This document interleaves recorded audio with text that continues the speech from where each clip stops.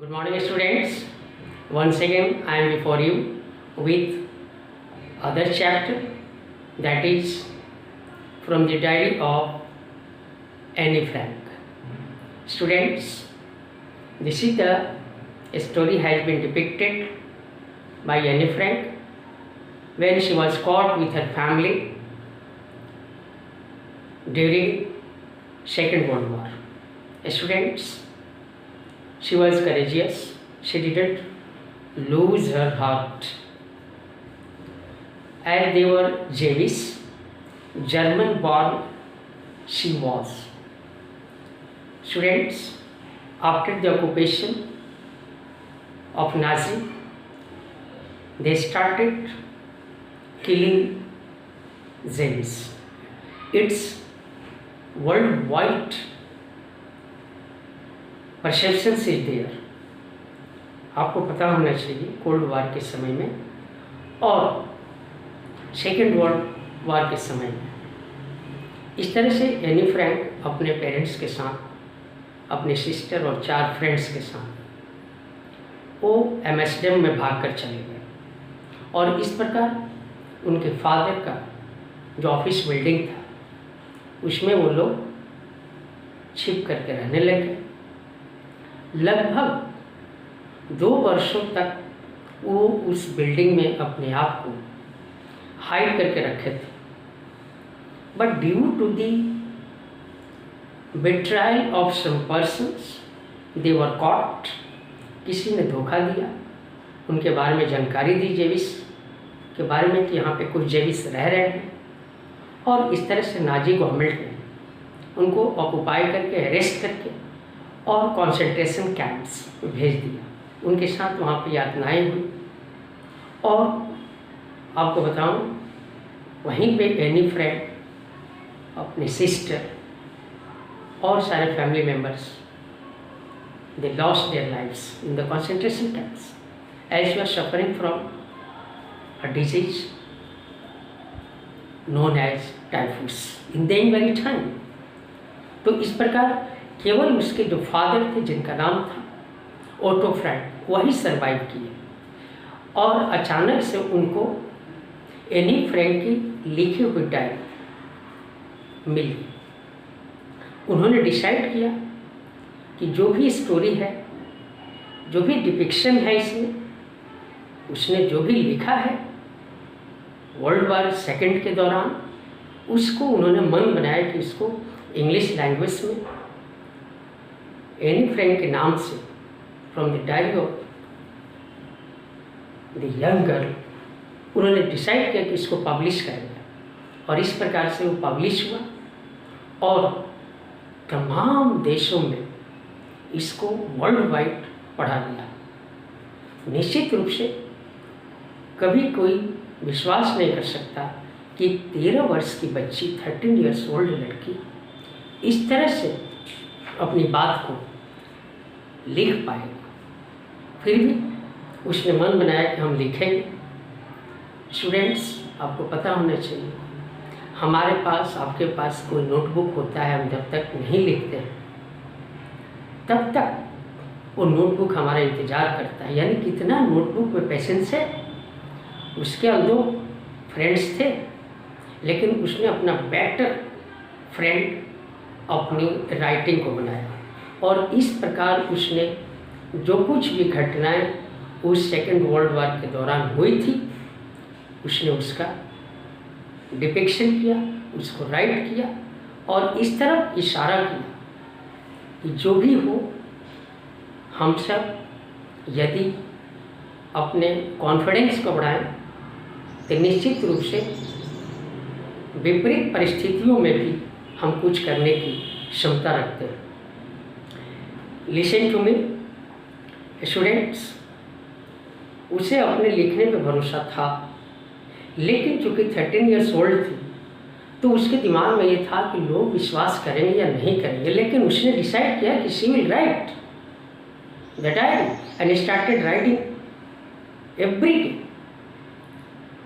Similarly. लेकिन उसने बोला कोई बात नहीं,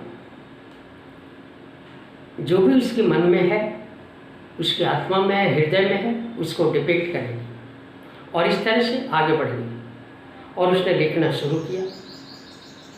और उसने फिर चर्चा किया है कि हमारे जो नोटबुक्स हैं, जो पेपर्स हैं, वो राइटर से ज़्यादा उसके पास पेशेंस है, जो लिखते चले जाते हैं। नहीं भी लिखते हैं तो भी पेपर वेट करता है कि कभी न कभी इस पे लिखी जाएगी। इस तरह से नाउ उसने एक बड़ा ही सुंदर ढंग से एक बात बताई है जिसको हमें जानना चाहिए। उसने बताया कि ठीक है, वो लोग छिपे हुए थे, अकेले रह रहे थे, they were leading a life that was completely lonely, but उसने डिसाइड किया कि नहीं, she was not alone, her writing was with her. तो ये मनुष्य में जिस दिन एडमेंट हो जाएगा, वो किसी तरह की उसको परेशानी नहीं होगी, अपने आप को अकेला फील नहीं करेगा। तो इस तरह से उसने अपने डायरी को ही अपना फ्रेंड बनाया और उसने लिखना शुरू किया। इस तरह से वो प्रतिदिन जो भी प्रॉब्लम्स था, जो भी समस्याएं थी, उसको लिखती चली गई। और इस प्रकार से हुआ ऐसा कि जब उसने कंप्लीट किया, she become so happy. Still she was continuing, लेकिन 1942 में जैसा कि समय होता है, वो कंसंट्रेशन कैंप में उसका डेथ हो गया। लेकिन उसने अपने इमेजिनेशन को और ट्रुथ को इस डायरी के द्वारा डिपिक्ट किया, इसको लिखा। और what problems they were facing during the Nazi government in Germany, she just wrote in her diary, which became so popular throughout the world and read in different languages which were translated. Here, उसने अपने diary का नाम दिया kitty. इस kitty का नाम उसने अपने फ्रेंड के रूप में अपनाया। इस प्रकार वो इसको लिखती चली गई। इस तरह से चाहे उसके स्टोरी में कोई विश्वास करे या नहीं, लेकिन उसने अपने लाइफ को स्केच करके उस डायरी में रख दिया और अपनी फैमिली के बारे में। उसके फादर, जिसके बारे में वो कहती है, बहुत ही लविंग थे, बड़ा ही उनका ख्याल रखते थे। उनके पेरेंट्स काफ़ी उनके लविंग थे। लेकिन जब उनकी मदर 36 ईयर्स ओल्ड थी और जब वो 25 ईयर्स ओल्ड थी, because of some situation which took place in 1926 Germany, okay, they have to live in the Frankfurt, a city in France. Okay, now in that very time, in 1929, she was 4 years old.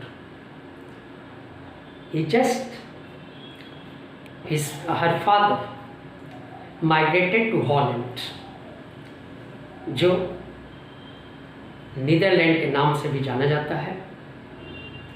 तो इस तरह से उस सितंबर में मैरगॉट, जो उसकी sister थी, और एनी फ्रेंड, वो लोग एक एशियन, जो उनकी ग्रैंड मदर थे, उनके घर भेज दिया गया।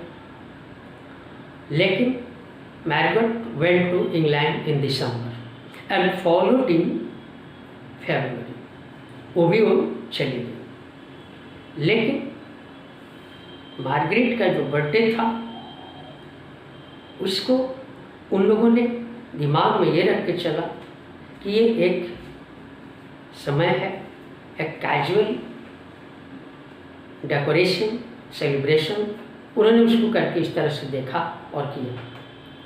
Then she started going to Montessori school, that was a nursery school, and she stayed in that very school up to 6, when she was 6, at which time she started the first form, I mean in first class.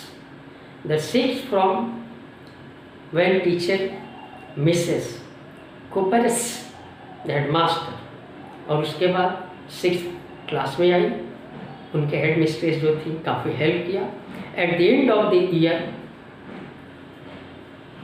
They both had tears in their eyes. It means in the eyes of Anne Frank and in the eyes of her headmistress, because now they were going to depart from each other.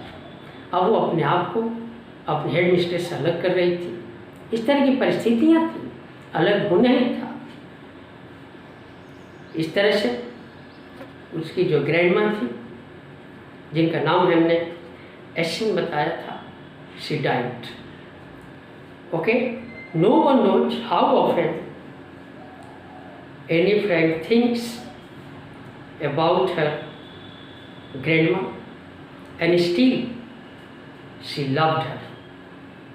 This birthday celebration in 1942 was intended to make up for the other, and grandma's candle was lit along with the rest.